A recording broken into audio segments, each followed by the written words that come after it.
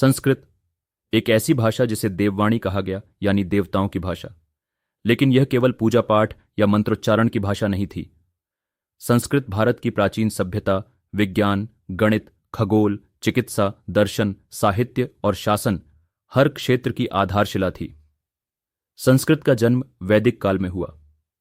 ऋग्वेद, जो भारत का सबसे पुराना ग्रंथ है, उसी में पहली बार इस भाषा का प्रयोग हुआ। धीरे धीरे यह भाषा न केवल धार्मिक ग्रंथों की बल्कि शिक्षण संस्थानों, राजदरबारों और कवियों की प्रिय भाषा बन गई। इसका व्याकरण इतना सटीक, वैज्ञानिक और नियमबद्ध था कि आज भी कंप्यूटर विज्ञान में इसे आदर्श भाषा माना जाता है।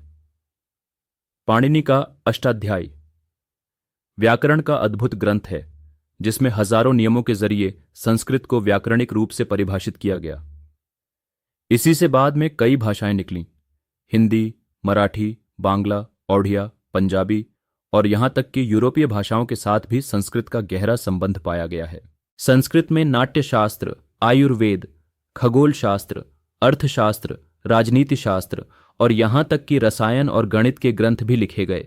चरक और सुश्रुत जैसे वैद्य, भास और कालिदास जैसे कवि और पतंजलि जैसे योगाचार्य सबने संस्कृत में अपना योगदान दिया। यह भाषा उच्चारण में मधुर, अर्थ में गूढ़ और लेखन में लयबद्ध थी। यही कारण है कि इसे संस्कृता कहा गया, यानी संस्कारित या सुसज्जित भाषा। संस्कृत भारत की आत्मा रही है, एक ऐसी डोर जो धर्म, दर्शन, संस्कृति, विज्ञान और साहित्य को जोड़ती है। और आज जब हम अपने अतीत को समझने की कोशिश करते हैं, तो यह भाषा हमें उस ज्ञान सागर से जोड़ती है जो हजारों वर्षों से संचित है। अगर आपको यह अध्याय प्रेरणादायक लगा हो तो वीडियो को लाइक करें और जुड़ें हमारे साथ इंडिया इन 5 मिनट्स में, जहां ज्ञान मिलता है केवल कुछ ही मिनटों में। धन्यवाद।